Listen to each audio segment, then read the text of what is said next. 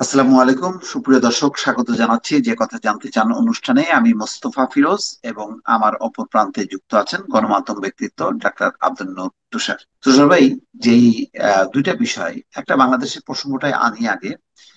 যেহেতু আজকে আনুষ্ঠানিকভাবে তিনটা দল আহ যুগপৎ আন্দোলনের কর্মসূচি ঘোষণা করেছে।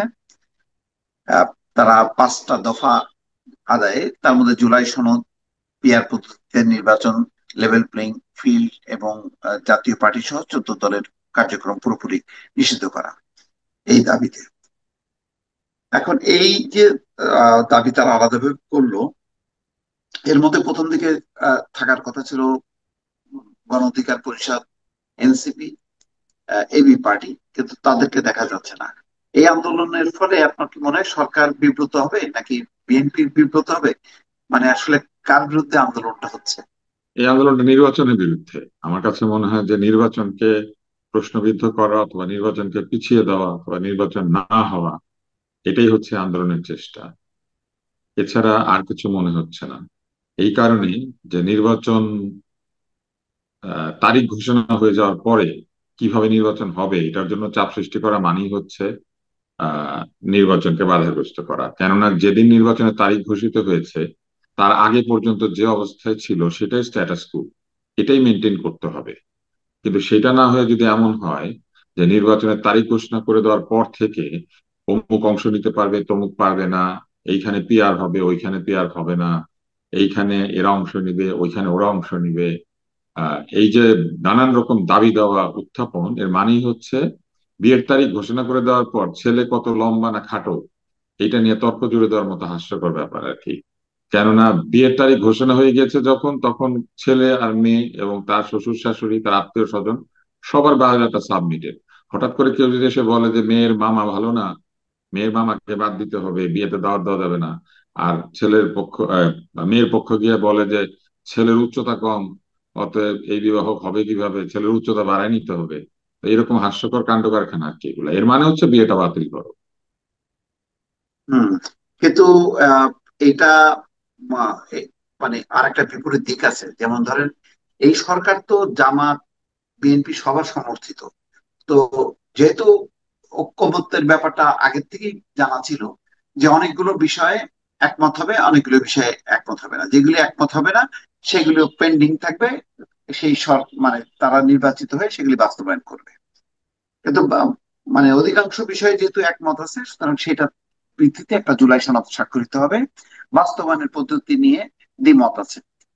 তো এই অবস্থায় যেহেতু দ্বিমত আছে, এখন আমি যদি মানে দাবি করি, তাহলে এখন বিএনপিও যদি আবার বলে যে না, পিয়ার পদ্ধতি চলবে না, তাহলে তো জিনিসটা সাংঘর্ষিক হয়ে গেল।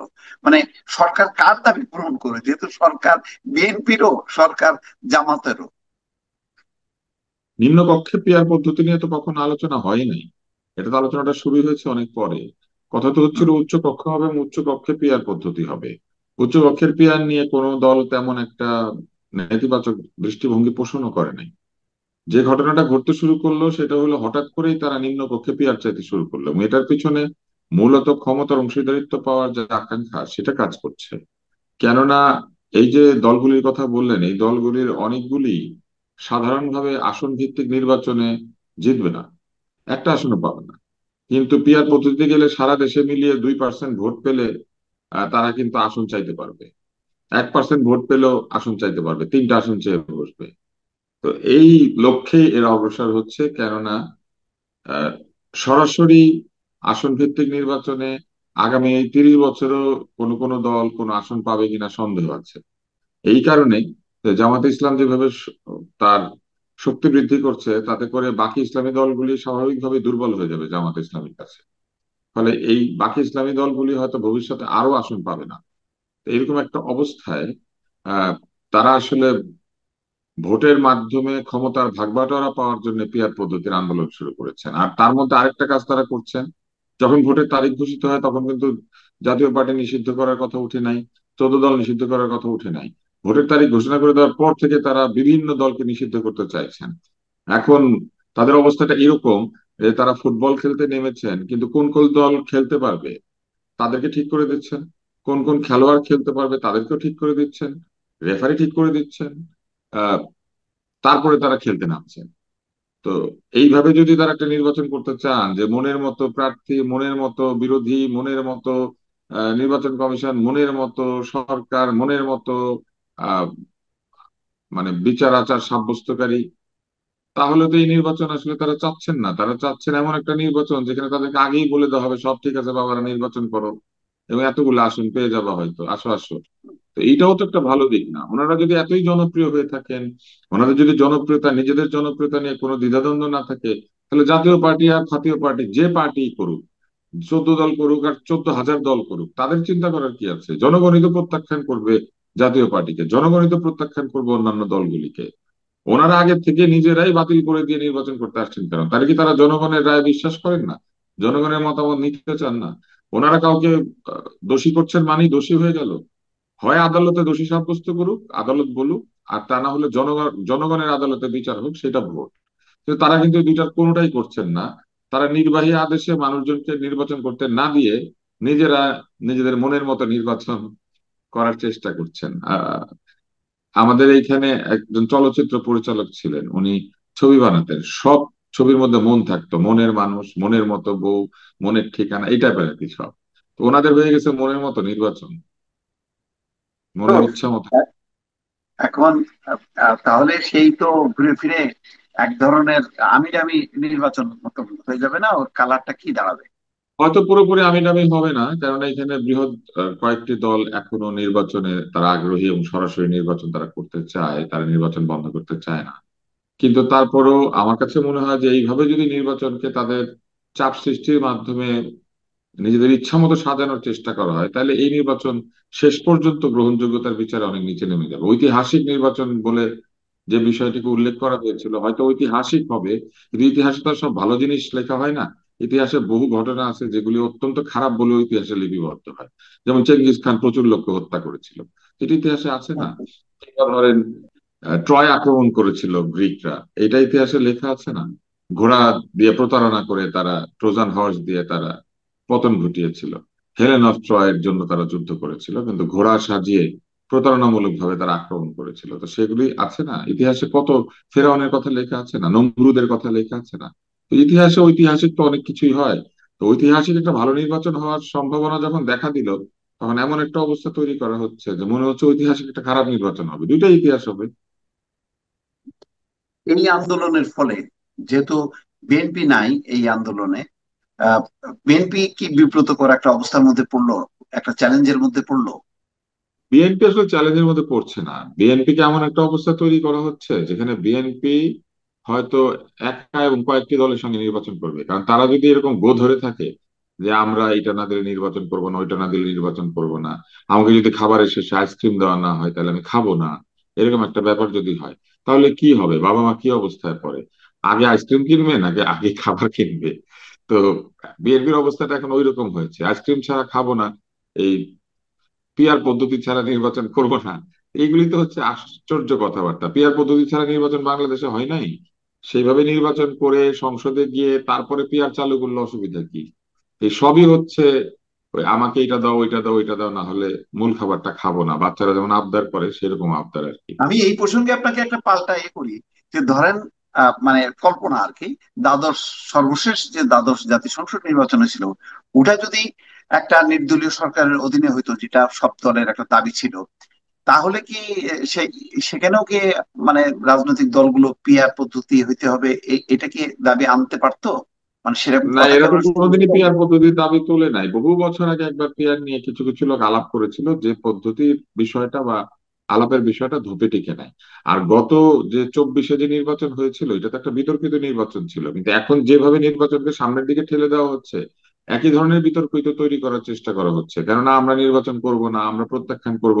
এবং এই প্রত্যাখ্যানের রিজনটা আবার দেখেন, এই জুলাই প্রত্যাখ্যানের সনদে রিজন কিন্তু স্বাক্ষর এটা করতে হবে, জুলাই সনদে স্বাক্ষর ছাড়া কেউ নির্বাচন করতে পারবে না, না। এই কিন্তু এখানে প্রস্তাবনা একটা জিনিস আছে। দেখেন, এখানে একটা জিনিস দেখেন, এই বিভিন্ন দাবি দেওয়ার মাধ্যমে নির্বাচন অংশ নিব না যে তারা বলছেন, এখানে তাদের সমস্যা কিন্তু এমন নয় যে সরকার পক্ষপাত করবেন, এটা তারা বলছেন, তা কিন্তু নয়। নির্বাচনে কারচুপি হবে সেটাও তারা বলছেন না, তাই না? বা নির্বাচন প্রশ্নবিদ্ধ হবে, খারাপ একটা নির্বাচন হবে, ইচ্ছা মতো নির্বাচনে রেজাল্ট ঘোষণা করা হবে, এগুলা কিন্তু তাদের অভিযোগের জায়গা না। তাদের অভিযোগের জায়গা হচ্ছে আমি অমুকের সাথে খেলবো না, আমি তমুকের সাথে খেলবো। এইটা হচ্ছে তাদের অভিযোগ। এটা কিন্তু নির্বাচনের গুণগত মানের উপর এটার কোনো প্রভাব নাই। এটা হচ্ছে তাদের বিজয়ের সম্ভাবনার উপরে প্রভাব। তারা নিজেদের জয়লাভের সম্ভাবনা নিশ্চিত করার চেষ্টা করছেন একটা নির্বাচনের মধ্যে দিয়ে। ঠিক একইভাবে আওয়ামী লীগও তো এই নির্বাচনই করতো। অমুকের অংশ নিতে দিব না, তমুকরে এমন ভাবে খেপাই দিব যাতে নির্বাচনে অংশ না নেয়। নির্বাচনে অংশ নেওয়ার আগে বিএনপির বিভিন্ন নেতাকে ধরে জেলখানায় ভরে দিব যাতে তারা নির্বাচন করতে না পারে। আবার স্বতন্ত্র বা আমার নিজের দলে যোগ দিয়ে নির্বাচন করতে রাজি হলে আবার রাতারাতি ছেড়েও দিব। তা আওয়ামী লীগ এগুলা করেছে না? তাহলে এখন হুম। ওনারা যে ধরনের দাবি দাওয়া পেশ করছেন এটা তো প্রায় আওয়ামী লীগের কাছাকাছি দাবি। অমুকরে নির্বাচন করতে দেব না, তমুকরে নির্বাচন করতে দেব না, এটা না মানলে নির্বাচন হবে না, ওইটা না মানলে নির্বাচন হবে না, আমরা যাব না। তো এটা একই ধরনের কথাবার্তা হচ্ছে না? করে তারা কি করছেন, এই নির্বাচনটাকে ওই নির্বাচনের মতো করে দিচ্ছেন যে বিএনপি এবং আর কয়েকটা দল অংশ নিবে, আর তারা বাইরে থেকে বলবেন আমরা এই নির্বাচন মানি না, আমরা এই সনদে স্বাক্ষর চাই, ওই সনদে স্বাক্ষর চাই। আপনি আমাকে বলেন একটা ভালো নির্বাচনের সঙ্গে জুলাই সনদে স্বাক্ষরের সম্পর্ক কি? জুলাই সনদে স্বাক্ষরের সম্পর্ক হচ্ছে অন্যখানে। সেটা হচ্ছে ভবিষ্যতে যে সরকার আসবে তাকে তারা পলিটিক্যাল এই কমিটমেন্ট। সনদ অনুযায়ী আচরণ করতে বাধ্য করার চেষ্টা করছেন। অর্থাৎ দলগুলিকে আলাদা কোনো রাজনীতি করার সুযোগই দিতে চাচ্ছেন না। সনদের ভিত্তিতে রাজনীতি করতে হবে। বিভিন্ন দল কিন্তু বলতেই পারে যে আমি এই সনদের পুরোটা নয়, আমি একটা একটা অংশের রাজনীতি সমর্থন করি, পুরোটা না, এটা বলতে পারবে না। রাজনৈতিক দলের এই স্বাধীনতা থাকাটাই তো হচ্ছে গণতন্ত্র। কেউ যদি ভোটে বিজয়ী হয়ে জনগণের সমর্থন নিয়ে এসে বলে যে আমি সনদের এই জায়গাগুলি জনমত অনুসারেই আমি মানি আর এইগুলো মানি না, এটা বলার অধিকার তো রাজনৈতিক দলের আছে, সবার আছে। যারা আন্দোলন করছেন তাদেরও আছে, বিএনপিরও আছে, অন্যদেরও আছে। তো সেই সুযোগটাকে বন্ধ করে দিয়ে আগেই একটা জায়গাতে সকলকে বন্দি করে তারপরে নির্বাচনটা হবে, এইটা তো আসলে খুব একটা যুক্তিপূর্ণ কাজ নয়। জুলাই সনদ হয়েছে, জুলাই সনদ তো অনেকেই মেনে নিয়েছেন, কোন কোন জায়গাতে জুলাই সনদ নিয়েও কেউ কেউ আপত্তি উত্থাপন করেছেন। তো এমন তো নয় যে জুলাই সনদ একটি নিশ্ছিদ্র সনদ। আর এই সনদ তো জনগণের পক্ষ হয়ে কেউ লেখে নাই। এই সনদ তো লিখেছে একটি অনির্বাচিত সরকার এবং কিছু অনির্বাচিত লোকজন। আমরা তো সবসময় চাই যে নির্বাচিত লোকজন জাতির যত সনদ আছে সেটা অভ্যন্তরীণ সনদ অথবা বহিঃ সনদ, যেমন চুক্তি, বিদেশি সরকারের সাথে চুক্তি, বিদেশি রাষ্ট্রের সাথে চুক্তি, বিদেশি প্রতিষ্ঠানের সাথে চুক্তি, এগুলি সবই নির্বাচিত কোনো পক্ষ করুক যাতে এর পেছনে জনগণের সমর্থন থাকে, জনগণের সমর্থনের একটা প্রমাণ থাকে। এখন এগুলো যারা লিখছেন তারা কার সমর্থনে, কার ম্যান্ডেট নিয়ে, কিভাবে লিখছেন, এটারও তো প্রশ্ন উঠবে। এবং শিশির মনির তো ভয়াবহ একটা প্রশ্ন করেছেন এই আমরা দেখলাম, ভিডিওতে দেখেছি আমি, এই সরকারের বৈধতা নিয়ে পর্যন্ত চ্যালেঞ্জ করে দিয়েছেন। আদতে কি এই বৈধতা চ্যালেঞ্জ করা যাবে? এই বৈধতা চ্যালেঞ্জ করলে কি সেটা সঠিক না বেঠিক, এইটা নিয়ে কি কোনো আলোচনা হয়েছে? ফলে আপনি দেখেন, একদিকে সরকারের বৈধতা চ্যালেঞ্জ করে ফেলা হয়েছে, আরেকদিকে জুলাই সনদ নিয়ে কথা বলা হচ্ছে। যদি শিশির মনির ঠিক হয়ে থাকে তাহলে বৈধতা নাই এমন লোকজন কেন সনদ লিখবেন? আর যদি শিশির মনির ভুল হয়ে থাকেন তাহলে তো এটা এখনই বলা দরকার শিশির মনিরের এবং ওনার পক্ষের লোকদেরকে যে এই কথাটা ভুল, এটা ঠিক না। আমি আসলে খুবই কনফিউজড। তাহলে কি মানে বিএনপির অবস্থানটা তাহলে কি দাঁড়াবে যখন নাকি এখানে একটা জোটের একটা দেখি যুগপৎ একটা পোলারাইজেশন, আবার এখানে দেখা যাচ্ছে যে গণ অধিকার পরিষদ, এনসিপি, এবি পার্টি নেই।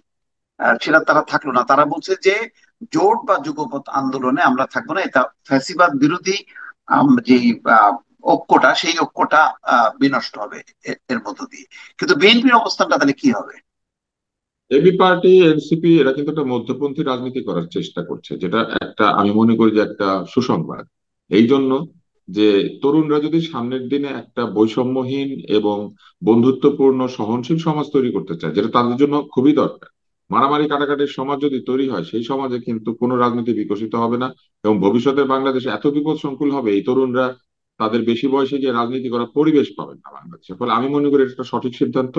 তারা মধ্যপন্থী রাজনীতি করার চেষ্টা করছেন। এখন এই মধ্যপন্থী রাজনীতি কিন্তু বিএনপিও করেছে এবং করতেই চায়।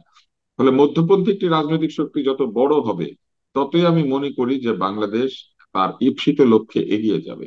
তো বিএনপির কথা আপনি যদি বলেন, আমি যদিও বিএনপির দলের সঙ্গে সেইভাবে কোনো সম্পৃক্ত নই, কিন্তু আমি যেটা বুঝি সেটা হচ্ছে বিএনপি তার মূল অবস্থানে অনড় আছে। বিএনপি মনে করে যে একটি রাজনীতি, গণতান্ত্রিক রাজনীতির যে পরিবেশ সেটা বাংলাদেশে তৈরি করতে গেলে প্রত্যক্ষ ভোটে নির্বাচিত সংসদ প্রয়োজন, যে সংসদ জাতির ভালো মন্দ নিয়ে সিদ্ধান্ত নিবে এবং সেই ভালো মন্দ সিদ্ধান্ত ভুল হলে সেটা সংসদে আলোচিত হবে। এবং বিএনপি এটাও মনে করে যে সংবিধান সংশোধন করা, আমি কিন্তু বিএনপির পক্ষে বলছি না, আমি তাদের কথাবার্তা শুনে যেটা বুঝেছি, যে সংবিধান সংশোধন বলেন, জুলাই সনদ অ্যাপ্রুভাল বলেন, জুলাই সনদ মেনে এই দেশকে গড়ে তোলার বিষয়ে যদি বলা হয় সেটা বলেন, অথবা অন্যান্য যেসব মৌলিক প্রশ্ন রয়েছে, এই প্রশ্নাবলী সংসদে আলোচনার মাধ্যমে সকলে মিলে সমাধান করতে হবে। যদি ঐকমত্য কমিশনের কথা আপনি বলেন, ঐকমত্য কমিশন আসলে কি? সংসদে যেতে পারতো অথবা সংসদে জীবনও যাবে না, এই সমস্ত লোককে একসাথে করে একটা সংসদীয় আলোচনা, এইটা বেশি ভালো, নাকি সংসদে সত্যি সত্যি যেতে পেরেছে এবং মানুষের সমর্থন আছে, তারা মিলে আলোচনা করে একটা ঐকমত্য তৈরি করছে, বাংলাদেশকে সামনের দিকে নিচ্ছে, কোনটা ভালো? এইখানে কিছু মোড়ল বসে সালিশ বিচার করে ঠিক করে দিচ্ছে যে তুমি এটা করবা, তুমি এটা করবা, তোমার তাল গাছ থেকে 4-6টা তাল এদিকে দিয়ে দাও, আর তাল গাছটা তুমি কেটো না, ওইটা ওনার সীমানাতেই থাকুক। এই যে সালিশ বিচার, এই সালিশ বিচারের কোনো প্রয়োজন নাই যদি একটি কার্যকর সংসদ থাকে এবং সেই সংসদে জনসমর্থিত সকল দলের উপস্থিতি থাকে। সবাই মিলে যদি নির্বাচন করে, সেই নির্বাচনের মাধ্যমে জনসমর্থন নিয়ে যে কয়টি দল সংসদে আসবে তারা মিলে যদি আলোচনা করে, এবং সেই আলোচনায় যদি এখন যেমন ঐকমত্যের জন্য সবাইকে ডেকে নিয়ে আসে, ওই সংসদে যদি সংসদের বাইরে থাকা যারা রাজনৈতিক দল তাদের সঙ্গে আলাপ করে, তাইলে কোনটা ভালো? এই অনির্বাচিত সরকারের ঐকমত্য কমিশন ভালো, নাকি নির্বাচিত সরকারের ঐকমত্যের চেষ্টা ভালো? কোনটা ভালো? তো বিএনপি কিন্তু ওইটাই বলেছে যে নির্বাচিত একটি সরকারের মাধ্যমে বাংলাদেশে বিরাজমান যেসব অস্থিরতা আছে বা বিরাজমান প্রশ্ন রয়েছে সেগুলোর উত্তর খোঁজা হবে এবং সেগুলোর সমাধান করা হবে। মৌলিক কিছু কিছু প্রশ্নে বিএনপি বলেছে যে নির্বাচনের আগে যতটুকু দরকার অতটুকু করে দ্রুত নির্বাচন প্রয়োজন। আপনি দেখেন নেপালিরা এটা বুঝতে পেরেছে, শ্রীলঙ্কার লোকজন বুঝতে পেরেছে, কিন্তু আমরা এটা বুঝতে পারি না। আমরা যে অবুঝ, এটা বলার কোনো কারণ নেই, আমরা বুঝতে পারি না। আমরা আসলে আহ, বুঝেও অবুঝ হওয়ার একটি অভিনয় করি। নাটক কম করো প্রিয় একটা স্লোগান হয়েছিল না, এখন বলতে হবে নাটক, নাটক চালু রেখো না প্রিয়। তো আপনি যখন নেপালের প্রসঙ্গটা আনলেন, আপনি এই আমাদের দেশের মোটামুটি অনেকে বলে যে একই প্রকৃতির, আপনি পার্থক্যটা কি দেখেন এবং ওদের ম্যাচুরিটিটা কি দেখেন, ওদের গভর্নমেন্ট তারা তো ফর্ম হওয়ার প্রতিটি সাথে আন্দোলনে জ্বালাপোড়া নির্বাচন। হয়, ভাঙচুর হয়। নেপালে যে জিনিসটা আমার কাছে দুঃখজনক মনে হয়েছে সেটা হচ্ছে নেপালের ঐতিহাসিক স্থাপনা তারা পুড়িয়ে দিয়েছে, যেটা আসলে নেপাল কেন এই পৃথিবী আর উদ্ধার করতে পারবে না। এবং সেইখানে প্রচুর ঐতিহাসিক পান্ডুলিপি ছিল, প্রচুর মেটেরিয়াল ছিল, যে মেটেরিয়াল গুলি পুড়ে গিয়েছে, যেগুলি আসলে এই উপমহাদেশ শুধু নয়, যেগুলি বৌদ্ধ ধর্মের সম্পদ, হিন্দু ধর্মের সম্পদ, এই সম্পদগুলি পুড়ে গিয়েছে। তো সেইগুলি আমি মনে করি অত্যন্ত ভুল হয়েছে, এবং এই ভুল কোনোদিন এই নেপালের জেনজি মোচন করতে পারবে না, কারণ তারা যে বিষয়গুলি নিয়ে গর্ব করতে পারতো ভবিষ্যতে, যে গর্ব নেপালের ছিল, সেই জাতীয় গৌরবের বিষয়ে তারা পুড়িয়ে দিয়েছে। ফলে তাদের গৌরব করার এবং অহংকার করার মতো কিছু তো থাকলোই না। উল্টো তারা যে কত মূর্খ, কত অবিমৃষ্যকারী, কত অগ্রপশ্চাৎ বিবেচনা না করে কাজ করার একটি প্রজন্ম, সেটা তারা প্রমাণ করে ফেলেছে। তো এইটা খারাপ হয়েছে। সরকার বদল চেয়েছে, সরকার বদল চাইতেই অবশ্য পারে, এই দেখুন এই স্লোগানটা কি। যারা এই ধ্বংসযজ্ঞ করছে, ছিনতাই করছে, লুটপাট করছে, জ্বালাও তাদেরকে কিন্তু আলাদা করছে।